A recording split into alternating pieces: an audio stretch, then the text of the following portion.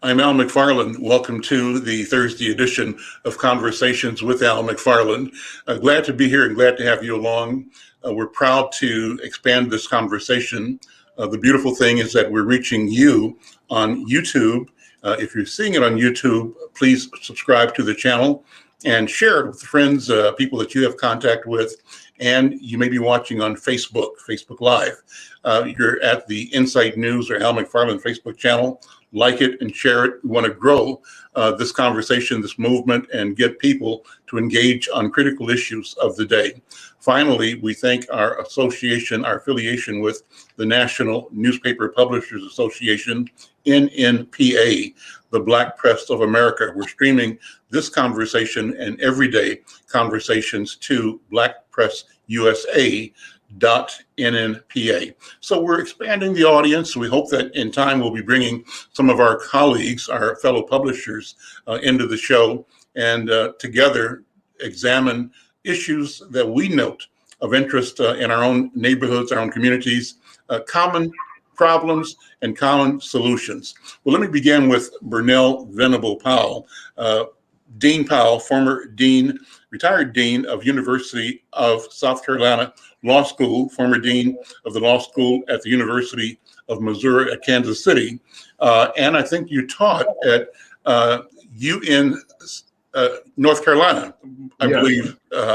And I always refer to you, Burnell, as a Harvard lawyer.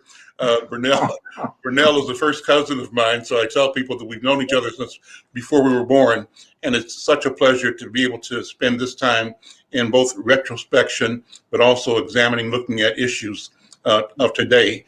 And then I want to introduce my friend and colleague, Yusef Mjini, who I call one of the great communicators, one of the pioneers in Black media, Black communication, and also in education, civic engagement here in Twin Cities. He's part of a legacy family, I think at least a couple of generations or more deep here in the Twin Cities. So he's got a vested interest in this community, but a vision of the world. Before we came on, Yusef, I had described you, and you can correct me if I'm wrong. I told Burnell that Yusef, I would call him a Pan-Africanist. That might be the wrong label to put on you. Not but at all. I also said he's probably what I would call a conservative, a Black conservative, not in the context of Republicans and Democrats, but of traditional moral values. He's a family man. He's a community man.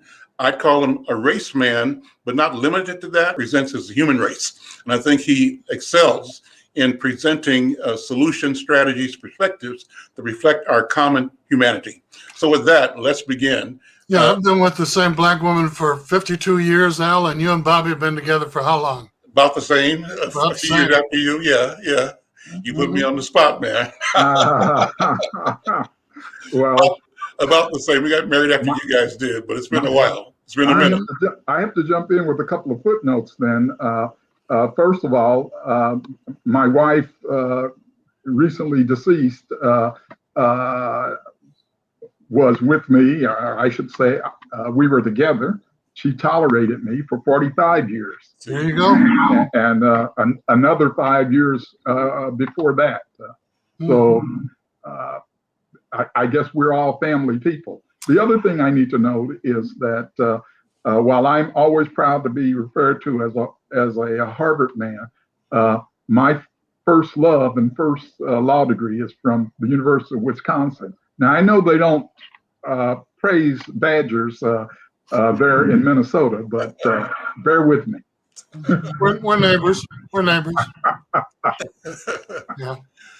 Well, Burnell, I wanted to start off by, again, just sort of recapping and getting your impressions on the after thoughts and conversations behind the Derek Chauvin trial.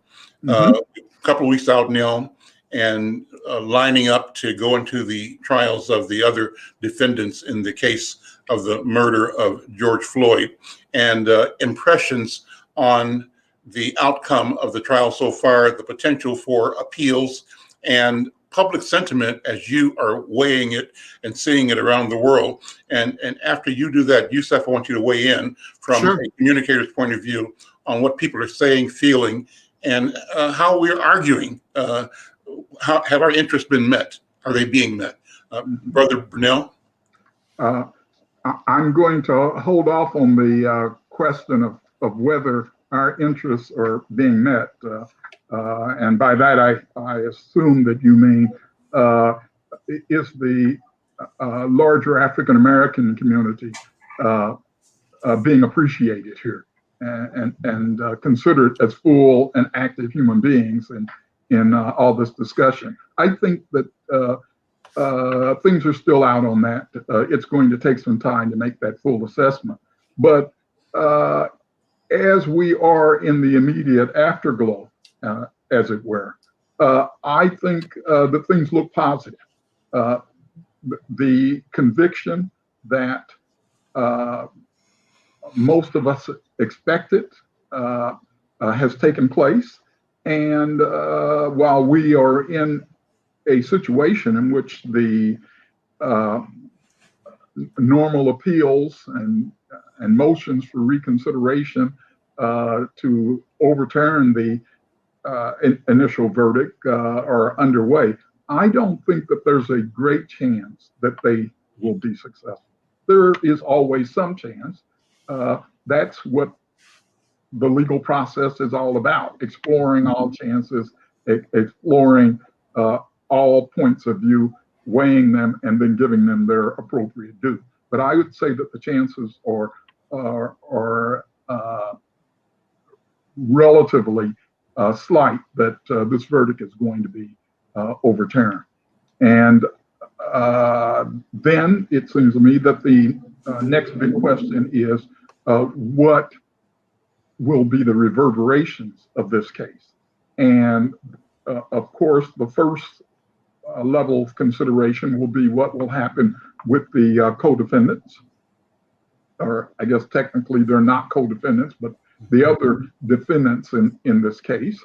And I think that the chances that they're going to be convicted are really quite high. There's a chance, too, that at least one of them might end up with, let's say, something less than all charges being found against them. And the reason I say that is that at least one of the individuals was a total novice. In fact, they were Chauvin's trainee, as it were. Two of them, in fact, Carnival. Two? Okay. Two of them had only been on the force for 4 hours. Okay. Well, they have a chance to raise that. And it may very well be that while as a technical matter, once they took the oath, they were fully responsible and they would not have been police officers carrying out their duties unless they were fully capable of acting as police officers. Juries in these situations try to do rough justice while they are doling out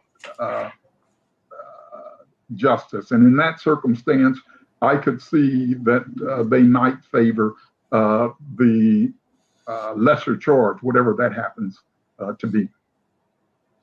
What do you sense is the feeling in the community about the range of possibilities? Do you think there is a forgiving or an understanding in the community that accommodates that explanation as a reason for mitigation or for reducing the sense of culpability or charge against at least those two newer officers? I'm always leery when I have to generalize from one case, and particularly when I have to generalize from one case and I'm the one case. My sense is that these young officers who had not been fully schooled, while they may be totally guilty in a technical sense, in a moral sense, I still have some concern about whether the full weight of the law should be brought to bear on them, in the sense that the strongest sentencing should occur for them. I do believe, however, that they should be found guilty of some charge, and then I think that it's up to the judge in imposing the sentence to weigh the other factors.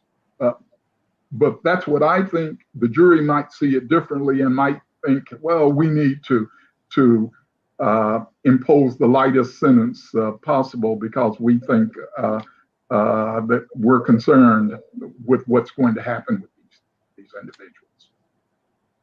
Yusuf, what are your thoughts in terms of how our communities have responded and how you, as a communicator and observer, sort of watched the proceedings that led to the conviction, the guilty verdict in the Derek Chauvin trial?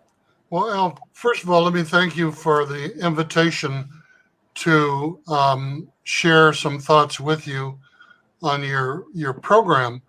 I am not a lawyer, but I want to support every one of Burnell's observations. You and I are trained professional observers. Let me share some of my observations. Number one, the community was outraged at the cavalier attitude in which Officer Chauvin, for 17 minutes, kept his knee on the back of George Floyd's neck, okay, like he was on a coffee break or something. And when George Floyd repeatedly said that he couldn't breathe and was calling for his mama and said he was dying, Chauvin said, "Shut up, boy. You know, if you can talk, you can breathe." And the Asian cop was moving his body, trying to block the 17-year-old sister from filming on her telephone what the cop was doing. And the dispatcher, okay, in the 911 office called her supervisor and reported a murder because she said there's a cop murdering a civilian with his knee on his neck. A Minneapolis firefighter, I think the woman's name was Geraldine, went to the scene by accident and said, "Look, I'm an emergency medical technician. Check the man's pulse. Can I help?" And the Asian cop said, "Look, if you were really a firefighter, you wouldn't be getting involved in this. You know, you'd mind your own business and get out of here." And the one policeman, the white policeman, whose name was Lane, said, "Look, shouldn't we turn this man over on his side? He's unconscious. He's having trouble breathing. Blood was running from his nose. His bladder had released and urine was running down the street toward the spectators." And another officer told me that Chauvin had his hand in his pocket or on his thigh because in the warrior training that some officers take, when they press their hand against their thigh, it allows them to put twice as much pressure, twice their weight on the victim's neck, okay? And again, looked like he was on a coffee break, you know, like he was out having a smoke out in the back alley or something, just as nonchalant as you could ever picture anyone. And the penalty for the crimes for which he was committed are 12% on the low end and 40 years, 12 years on the bottom, 40 years on the top. And the judge has said that because there were children as young as 7, 8, 9 years old, and the manner in which Chauvin conducted himself, that this was cruel and unusual punishment. So there's a good likelihood that the judge would depart upward in terms of the sentence that he would impose. And while the lawyers that I've talked to don't believe he would go all the way up to 40, they believe he might depart somewhere in the middle between 12 and 40. And the other cop, King, is actually from the north side. He's a brother. And Chauvin was the training officer on site, and King and Lane were the two trainees who had only been on the force for 4 hours when this happened. Now, the Justice Department has brought civil rights charges against all four of the officers, murder charges. So that will supersede the local charges, and all of those have been stayed while the federal charges proceed. So they'll be tried and charged by the Justice Department, and the local state charges will have to wait until, they could get life in prison if they're found guilty of the Justice Department charges, and those will supersede and take precedent over the state charges that were brought against them. And hooray for Brother Keith Ellison, who you and I and others have served as a mentor for since he came here from Detroit as a law student at the University of Minnesota some 20, 30 years ago, who is now the Attorney General for the state of Minnesota, was the first Muslim congressman elected to the United States House of Representatives for his role as the Attorney General in bringing and taking over for Mike Freeman, the Hennepin County Attorney, and putting a team together, and for Jerry Blackwell, who said of George Chauvin, the man didn't let up, the man didn't get up. Let's bring the maximum that we think we can enforce. Because remember, when Philando Castile was charged with first-degree murder, the standard was much higher, and he was when he was killed, not when he was charged. You mean when the officer who killed Philando? Yeah, he was acquitted because they couldn't meet the standard of first-degree murder. When Noor, the Somali cop, was accused of killing the Australian Caucasian woman in South Minneapolis, they brought second or third-degree murder, and they were able to withstand the same charge that they brought against Chauvin, and they were also able to get a conviction in that case because it's a lower standard. And I think he got, 12 years in prison or something like that. The other piece is that the $27 million settlement that was awarded before the Chauvin trial even began, many people in the community viewed that as riot insurance. Please don't light the entire city of Minneapolis on fire. We're going to give this family $27 million. And they gave, the Philando Castile family quite a bit of money even after the cop that shot him, who incidentally is a police officer in San Antonio, Texas, on the police force down there today. And during the Chauvin trial, Dwante White was killed in Brooklyn Center, which is a suburb immediately adjacent on the north side of Minneapolis. What wasn't reported is that while he was scuffling with the police, a white cop reached in and punched his girlfriend in the face and broke her jaw. She was sitting in the front seat of his car. And since the George Floyd trial has ended, 8 or 10 unarmed black men have been killed by police in other various cities around the United States. So the George Floyd trial is the tip of the iceberg, okay? And it's good that we were able to hold Officer Chauvin, and by extension, the other 3 officers or 4 officers involved, accountable. But that's not the kind of systemic improvement. We want the best trained police officers possible. We want, well-trained, culturally proficient, respectful, knowledgeable police who live in, respect, and work well with our community.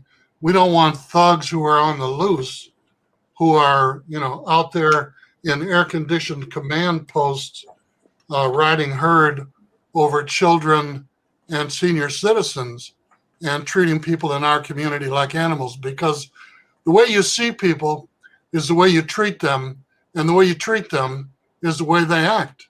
And we can't afford that. We don't want that. And our community is not going to stand for it. So this is not justice. This is just accountability in the case of George Floyd and his family. And we've still got Dwante Wright and dozens of other cases around the country, and hundreds that preceded it where justice was not achieved. And whether we get, look at what did the Minnesota legislature do in the special session that they had? Virtually nothing. That popcorn powder puff legislation that they passed, does very little. Our post peace officer standards and training has done virtually nothing.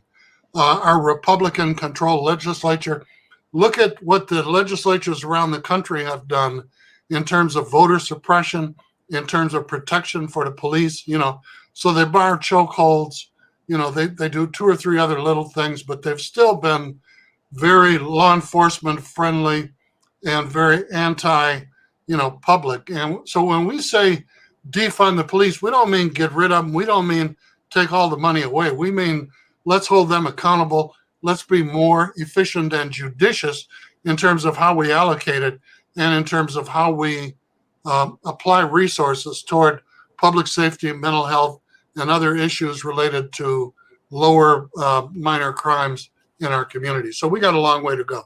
Well, that was a wonderful omnibus analysis, right, and recounting of the experience we're having. Brother Brunel, jump in. What impressions and feedback? Well, first of all, yourself has used the old lawyer technique of saying, I'm just a country lawyer.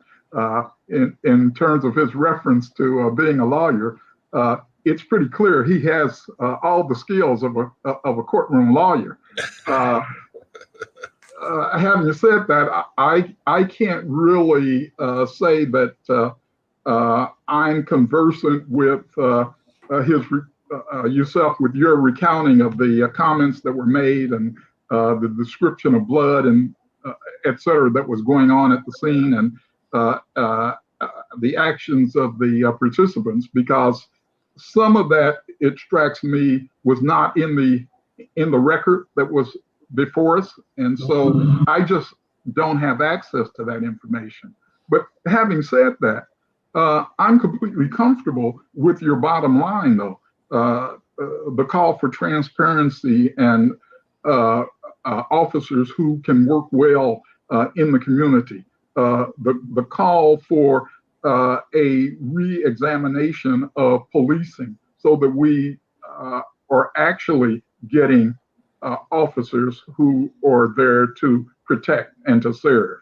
And we are a long way from there, and I'm in agreement with the comment that we have accountability at this point in this one trial, yet we have not reached a point where we can say that we have justice. That's still down the line. The one thing that I would add is that the Justice Department has announced that it is going to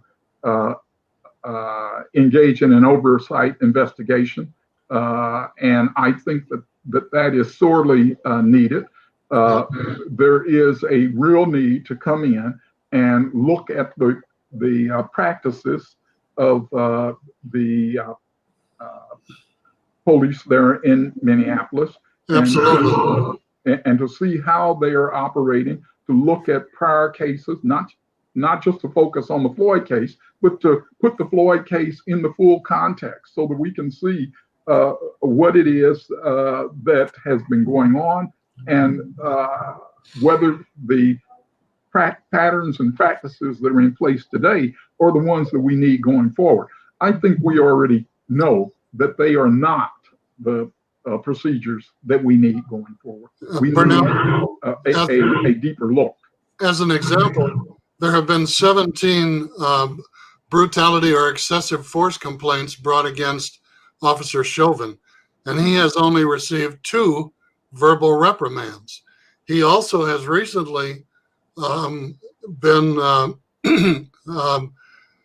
involved in a case of a 14-year-old male who he choked and struck with his flashlight, who he then threw to the ground and placed his knee on his neck for 17 minutes. And that's a lawsuit that's recently been filed within the last 10 days or 2 weeks. So there are a lot of folks who are coming out of the woodwork and saying, this man has a history. And there was an officer, Al will remember, on the Minneapolis Police Department, whose nickname was Thumper. And he used to grab people by the ears and bang their face against parking meters. And the city council settled I think, $4 or $5 million worth of brutality or excessive force complaints just against him alone, and he was promoted to lieutenant before he retired. Yes. And Augsburg did a study that looked at brutality complaints against African Americans and American Indians and found that they were 7 to 9 times more likely than a white person of being pulled over, being searched, being, involved in excessive force or brutality. The studies have been taking place for years. And I live in St. Paul, which is the capital city and a neighbor of Minneapolis. And believe me, I tend to my P's and Q's when I go to Minneapolis because the police department over there has a history that some of us are very, very knowledgeable of. Yes. One other thing that I would like to put on the table here is that when I hear the comment "defund the police," I think that that's a catchy slogan, and it really grabs the attention and focuses or forces some sort of a discussion. And I think it works from that standpoint. But I also think that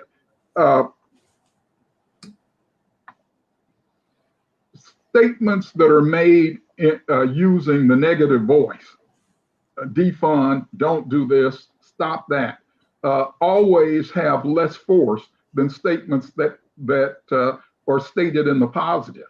And I think that the call would be better for the creation of a public safety and service institution. It's a lot easier to tell people what you're against than it is to tell them what you're for. That's right. But it's not impossible to tell people what you are for. Well, that's what we have to do. And I think that the investigation by the Justice Department will be a tiny initial first step in helping to explain what it is that we're for.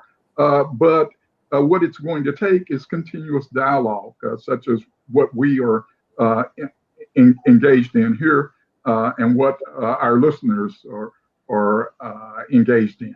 And as part of that, one of the things that I think that it's clear that we want is that when you pick up the phone, that's really old school. When you use your cell phone to call for assistance from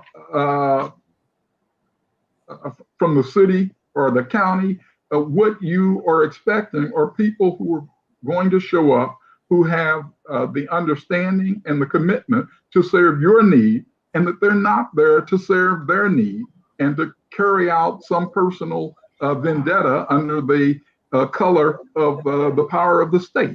We don't need that. Mm-hmm. Burnell, it's also tricky because in the 21st century, we got a lot of technology involved.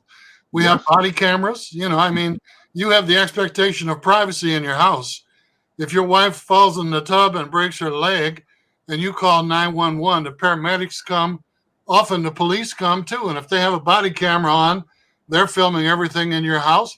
You have the right to ask them to turn the body camera off or to tell them that they're not welcome to come in your house. Mm-hmm. They're not required to tell you that they're filming everything in your house, including your nude wife, mm-hmm. And they can come to a Marcus Garvey or a Juneteenth parade and film everybody in the crowd and use facial recognition technology and pull people out who have expired parking tickets or warrants for not paying, fines or what have you. And, the darker you are, the more errors the facial recognition technology is involved in. And Hennepin County, which includes the city of Minneapolis, the sheriff's department is using facial recognition technology with their body cameras. And a lot of people don't even realize that. Yes. A national company that provides body camera coverage, storage for all the police departments, including Hennepin and Ramsey County, Minneapolis and St. Paul, has a national data bank that they use facial recognition technology for. And local law enforcement agencies are sending data or pictures and asking them to use the facial recognition technology to identify people from crowd photos, from individual photographs. And so there's a lot going on, and they're selling it to not just, Facebook is selling it to the military, the FBI, the NSA, Homeland Security. I mean, it's crazy the way that private information and all of your stuff is, if you're on Facebook, is going everywhere, Well, Well, one the thing great you thing suffer about- from now is that this technology is phenomenal, truly. And I always say that we have to remember that what's available in the marketplace is pretty much available to all. And it was, in fact, the access to the internet and Twitter and Facebook that allowed the young lady to share what was happening to George Floyd to the world.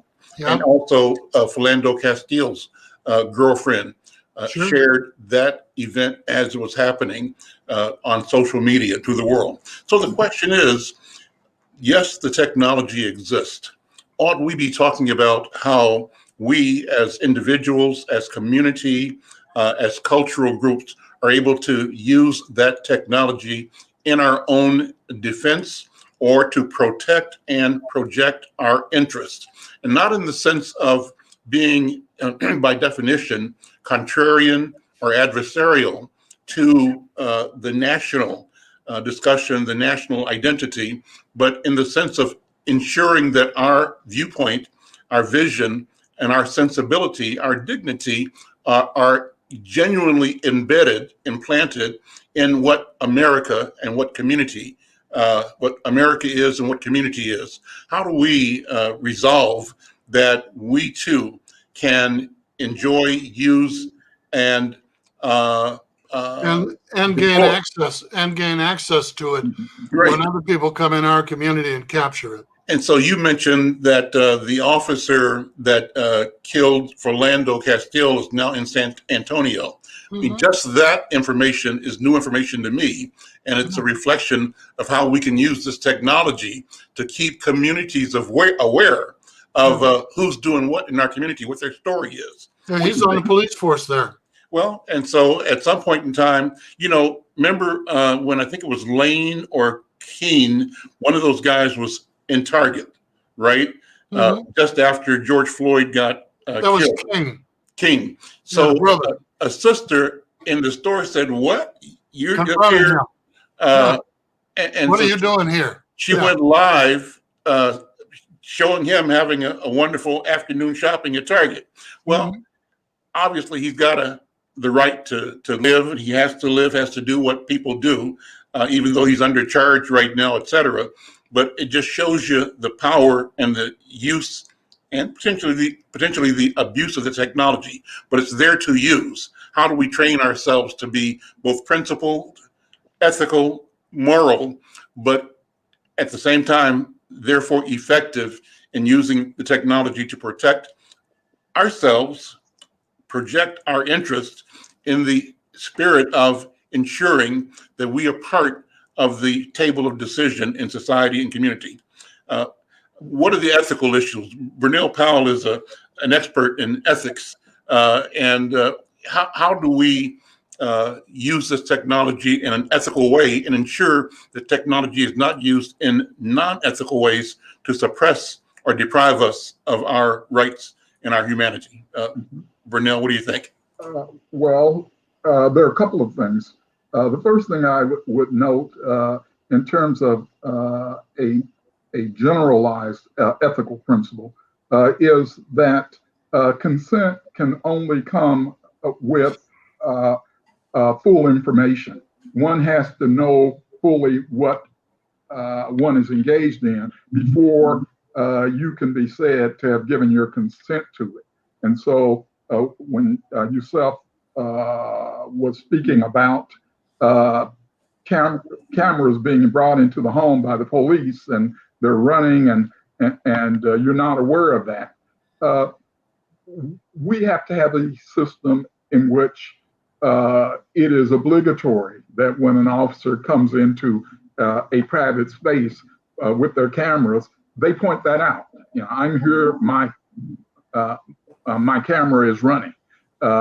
We want the camera to be running, however, to the extent that some activity is going on that engages the police officer. But more than that, we want fair rules with respect to access to the video that camera is producing.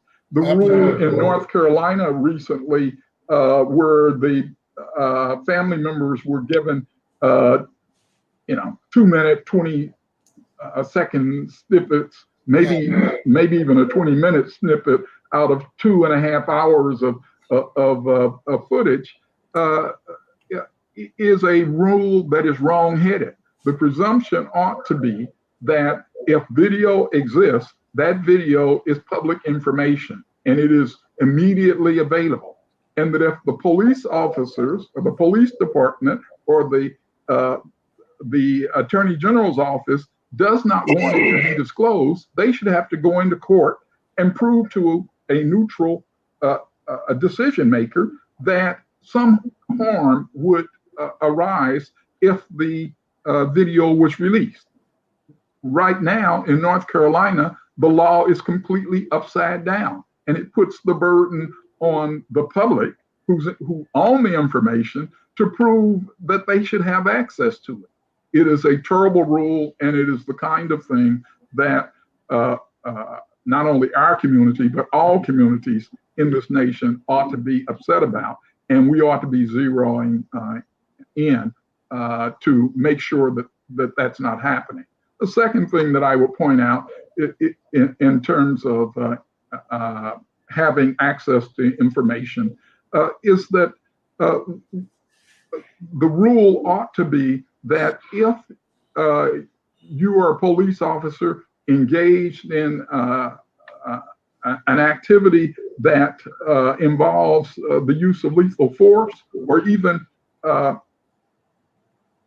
strong physical action, the expectation ought to be that your camera is going to be on. And if your camera is not on, you should not have access to the right to make any kind of claim that you are privileged as a police officer to engage in the activity that you engaged in. The notion ought to be that if your camera wasn't on, you lose any claim to privileges that you might otherwise have a right to. Let me give you an example. In Minneapolis, the police officers are not allowed to look at the video or the audio until after they file their report or are interviewed. In St. Paul, they have the right to look at the video footage and listen to the audio before they fill out their report or do an interview. Yeah. And we believe that they're not going to put anything in the report that's not on the videotape, okay? And I didn't think that the Minneapolis department would ever be better than the St. Paul department in anything. But this is an example where in Minneapolis, you can take pride in what Arredondo did, because he changed that rule recently and said, you can go back and amend your report after you look at the video, but you're not going to look at that video. And some of the police in St. Paul said that if they couldn't look at the video before they filled out their report, they were going to put in the report, see video footage. You know, that was going to be their report.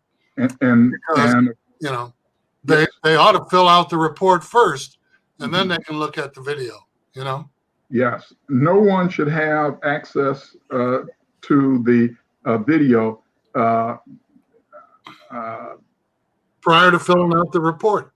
Prior to the public having a right to that access. And just as the officer has the right to the report, they ought to tell the people that they arrest that you have a right to look at the video before you make any statement or fill out any report. But they don't, you know, but the officers know that they have the right.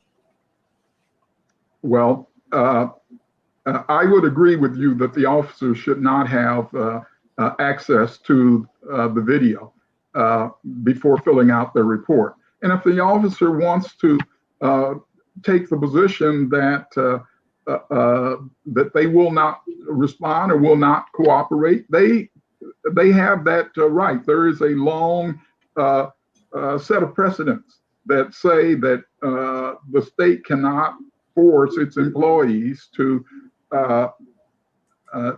give up their rights. But those precedents also say that if you are not responding appropriately to the administrative demands that are being made on you as an employee, then the administrators have the right to treat you as someone who is not able to do their job, to do the job at the present time, and so they can suspend you. And if I have police officers working for me who were saying, see video, and I'm not going to discuss what happened, I would say, no, I don't want to know what happened from the video. What I want to know is what you think happened and why you think it happened in the way in which you described it. That's vital information for purposes of understanding this situation. And I think that is, quite frankly, the least of what we should expect as citizens. I agree. Let's talk about the landscape that we're in right now, given the George Floyd trial, or the Derek Chauvin trial for the murder, the trial coming up in the murder of or death of Dante Wright. And as you indicated, Yusef, more cases like this, more deaths of Black people at the hands of law enforcement becoming known, becoming public. Where do we go? Do we see the verdicts in the Derek Chauvin trial as instructive, or as setting a bar, a standard for what should happen differently in the courts? And the question is, we know that in the past, punishing a white person for killing a Black person, has been laughable to a certain degree in certain places. The Emmett Till and other cases like that in the South, where the foregone conclusion was that trying to try someone white in the death of a Black person was simply a charade. While on the other hand, without a real trial, Black people were consistently and regularly punished by death through lynching or through imprisonment. So that was the dynamic that we come out of. So with these changes, and Brunel, you've spoken to this before, are we to be hopeful that these verdicts are going to mean a different look at how justice is dispensed and how we can reduce that disparity in the experience that Black people have versus those experiences of white people? What do you think? Well, Black people, people of color, as a group are hopeful. Indeed, historically have had to be hopeful in this country. So I certainly think that there is a reason to continue in that vein, to continue to be hopeful. But hope is not enough. That's not sufficient. That may be a starting point. But along with hope has to be a sense of insistence, that we insist that certain things happen. We insist on a regular way of handling these cases.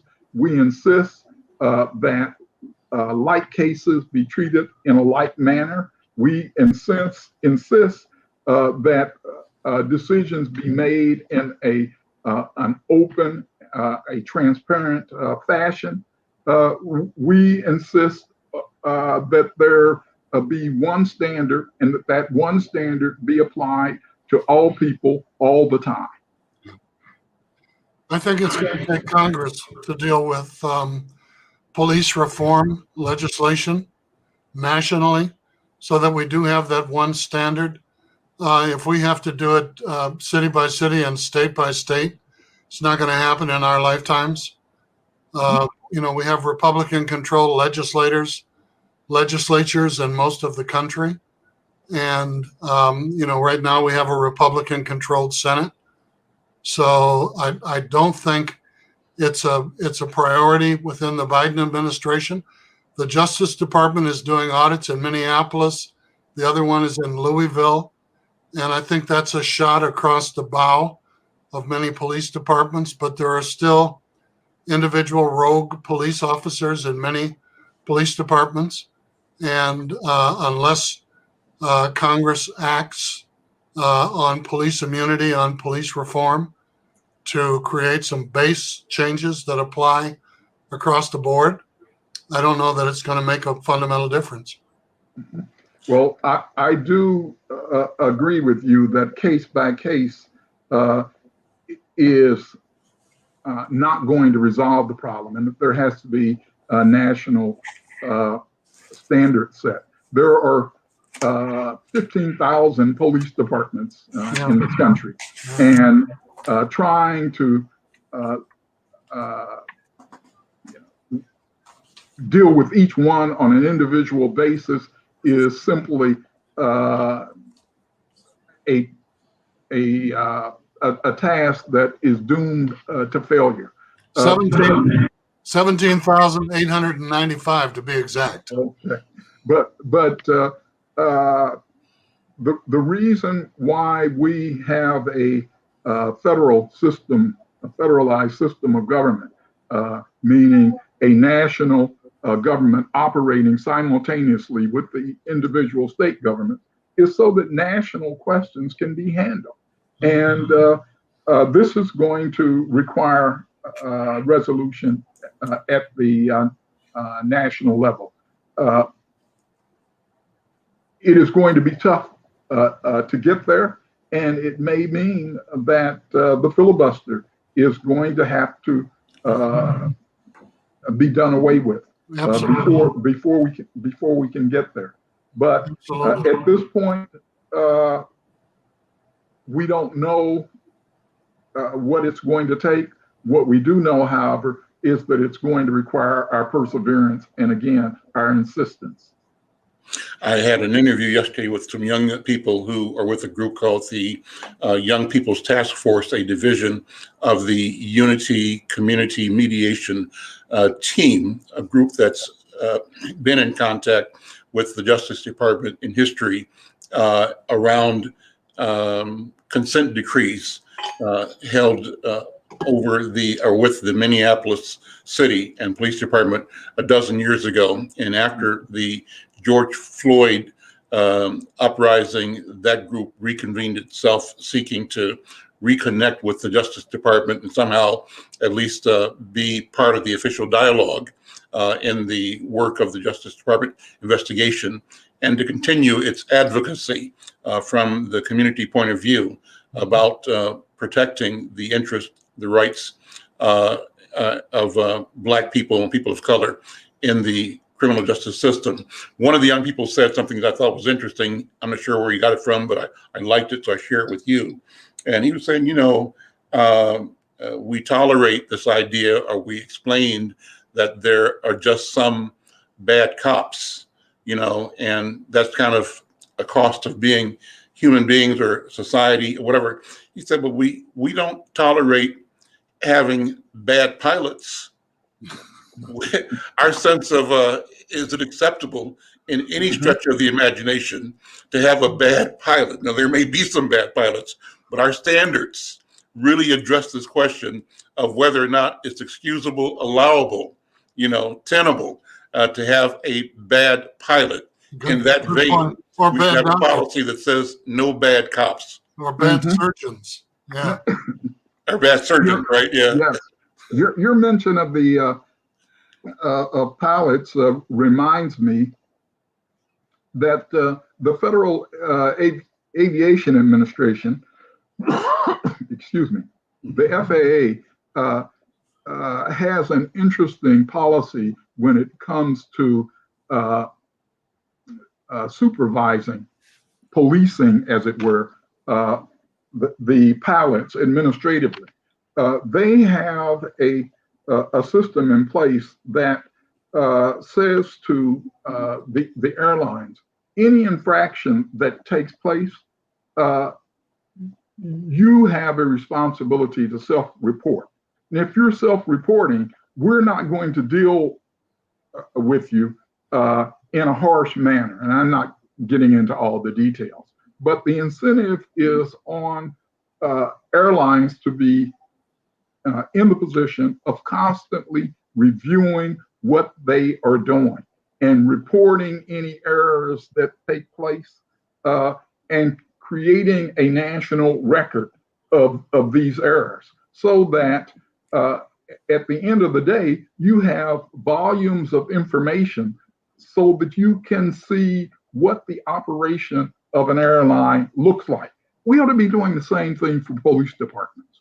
We ought to be saying to police departments, we want a self-reporting system. Instead of telling us that you have a few bad cops, we want to know what those bad cops are doing and when they did it. And it's incumbent upon you to collect that information and on a regular basis, feed it into a national database so that we have a view of what policing really looks like. And Brunel, that goes to a comment you made earlier that I appreciated so much. And you talked about what it means to be a professional organization and the role of ethics inside a professional organization. And you questioned whether or not the Minneapolis Police Department, I think by extension, you're questioning the police industry, whether and where it has adopted and demonstrated an ethical strategy that allows it to call itself a professional organization. Go over that again. I think it's so important. Well, what I was referring to was the fact that from a historical standpoint, one of the first requirements of a professional organization was self-policing. Yeah. We are professionals because we have standards. We articulate what those standards are, and to be a member of our society means that you have an obligation to report bad conduct. Now, my primary focus is legal ethics, and I can tell you that in every jurisdiction in the country, there is a requirement that when a lawyer becomes aware of some conduct which runs afoul the ethical standards of the profession, they have a duty to report it. Now, I am not saying that it is a foolproof system, but I am saying that over the years, the legal profession has gotten better at doing that. There was a time 30 years ago when the idea that lawyers were going to be sued for malpractice just wasn't wasn't taken seriously. Neither doctors nor lawyers would ever report on each other, and they would refuse to prosecute each other. They would refuse to be expert witnesses against each other. And what we saw was that when lawyers in particular insisted upon holding doctors accountable for malpractice, there was blowback. And some in the profession, including yours truly, then a young attorney, was saying, we can't ask other professions to engage in self-reporting and we not be prepared to do the same thing. The legal profession, lawyers have no room for bad lawyers. It does none of us any good. And today, I think that is overwhelmingly the view among lawyers. That's not saying that they're all brave enough to stand up and take the heat if it requires that you do the reporting. But there is no debating any longer about what ought to happen to bad lawyers. They ought to be kicked out of the legal profession. And the police are not there yet. Those 17,000 police departments can't say in unison, if you are a bad police officer, you should or you can expect that other police officers in your police force are going to report you, or going to insist that you have your rights to act as a police officer lifted here, and that you be prevented from acting as a police officer in other jurisdictions. If you are disbarred in Minnesota, a report goes to the National Disciplinary Data Bank, which is maintained by the American Bar Association, and that report puts or is available so that other jurisdictions will know that you were disciplined if you show up seeking to be a lawyer in those jurisdictions. That wasn't always the case, but today it is uniformly the case, and we need the same thing for police officers. Listen, we're out of time. This has been a wonderful conversation. Yusuf, a final thought, final word? 3 books that I'd like to encourage some of your viewers to read. The first is The Blood of Emmett Till by Timothy Tyson. The second is Branded by Birth by Ibram X. Kendall. And the third is Caste, C-A-S-T-E, by Isabel Wilkerson. I guarantee you won't be able to put any of the 3 down. All great books. Listen, Yusuf, will you come back again? This has been a Anytime. delightful conversation. Burnell, hopefully you'll come back. We'll have Kamal King back with us next week, and also attorney from Minneapolis, Clinton Collins. And so our idea is just to have this kind of conversation and kick it back and forth. And I think just who we are is, and having this conversation brings value to us individually and to people who are listening or watching, who may read the reports of this conversation in Insight News and perhaps on the pages of the Black Press of America. So listen, thank you so much. Dean Emeritus Burnell Venable Powell, thank you so much. And my friend and colleague, Master Communicator Yusuf Mgini, thank you so much. I'm Al McFarlane. We'll see you next time. Thank you, brother.